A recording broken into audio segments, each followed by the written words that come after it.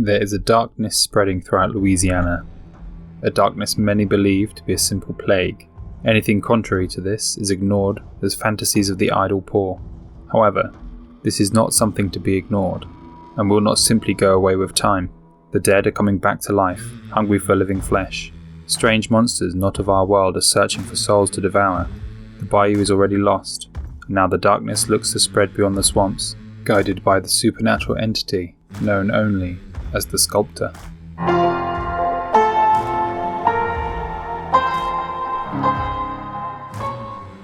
Throughout history, sculptors have been at the forefront of shaping cultural identities, and to this day, many are revered as some of the greatest artistic minds to have ever lived. However, the sculptor of the Louisiana incident is a different breed entirely. Instead of creating works of art to be admired and celebrated, it forges monsters that cause disgust and fear in all who behold them. Early on, during the start of the plague, the American Hunters Association started investigating what was happening in Louisiana. Philip Huff Jones was the director of the AHA and believed that the plague in Louisiana was of supernatural causes. His suspicions were quickly proved correct. In the Pelela transcripts, Pelela writes, "The telegram says it's not a simple infection. Jones suspects it's a single entity making monsters of men. We probably have a sculptor on our hands. But if the doctor's right, somehow this one's able to possess and shape multiple people. What we can ascertain from this is that the sculptor is a type of entity rather than the name or title of the creature, and that the AHA have previously dealt with a variety of sculptor before. If this is the case, the biggest difference appears to be the sheer power of this sculptor. It is able to manipulate human flesh to create monsters ripped from the darkest depths of human nightmares. And by the time the AHA start to make their stand against it, the bayou has already fallen to its influence. The sculptor ripped its way into our world through the rifts that appear all around the bayou, but where these rifts lead to, no one knows. All we know is that the sculptor is from another plane of existence, and that it is part of the hunter's job to close these rifts in order to drive the evil back to the shadows it came from. We have to ask the question, what exactly is the sculptor? There are many who believe the sculptor to be a lure, a powerful spirit in voodoo religion, which would imply that there are other powerful beings for both good and evil. This theory would fit with the location due to Louisiana's rich history with voodoo culture. However, there are some hunters who believe the sculptor to be Beelzebub, the Lord of Flies, Prince of Hell. He is the demon associated with the sin of gluttony.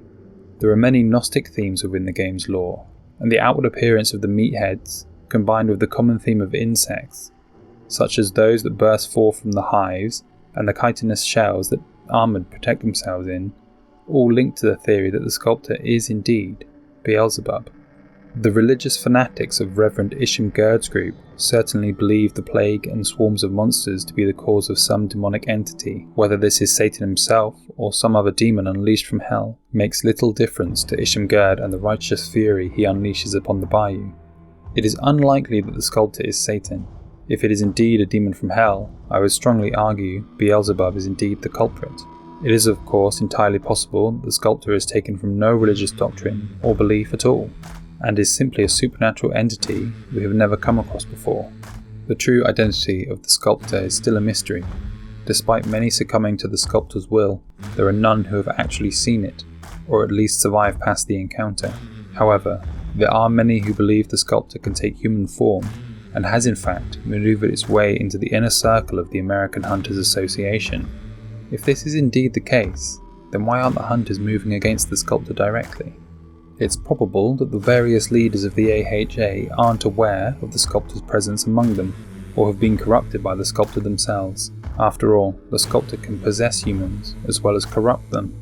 There are many hunters who have no intention of going after the source of the monsters they hunt. After all, the more monsters they kill, and the more bounties they bring back, the more money they can earn. It would appear the greed of man enabled the sculptor to maintain its grip on Louisiana far easier than it should have. However, not all hunters are corrupted by greed. There are those who actively seek to destroy the sculptor. Lynch is one such hunter. Having recruited the twins in order to gain power and acquire weapons to fight against the sculptor, her presence in Louisiana and involvement with the AHA is to solely track down and destroy the sculptor. However, she has made many enemies, and is believed to be involved with the assassination of Philip Huff Jones, and is yet to make her stand against the Sculptor. Lynch is not alone in her quest to track down the source of corruption. Marshall Brewer risked everything to join the hunt in Louisiana.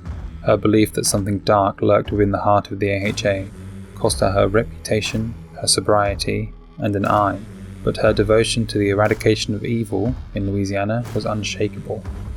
There are many factions of hunters who seek to remove the evil lurking in the bayou, yet the civil war between these groups and the growing power of the Sculptor makes this a near impossible task for even the most devoted hunter. What the Sculptor's plans are, or the purpose of the vile creatures it creates, are unclear. There appears to be no reasoning behind its actions, yet the Sculptor clearly has a vile plan, which is already in motion, and each of the monsters serves a purpose within this plan. Perhaps the Sculptor seeks the total annihilation of the human race. Perhaps it seeks to carve out a kingdom of its own. Or perhaps it just seeks to cause chaos wherever it goes, with no real purpose at all. Whatever the Sculptor's plan, and whether it is a demon from hell, a lure, or something else entirely, remains a mystery. All we know for certain is that the Sculptor is a creature of pure malevolence, who cannot easily be stopped.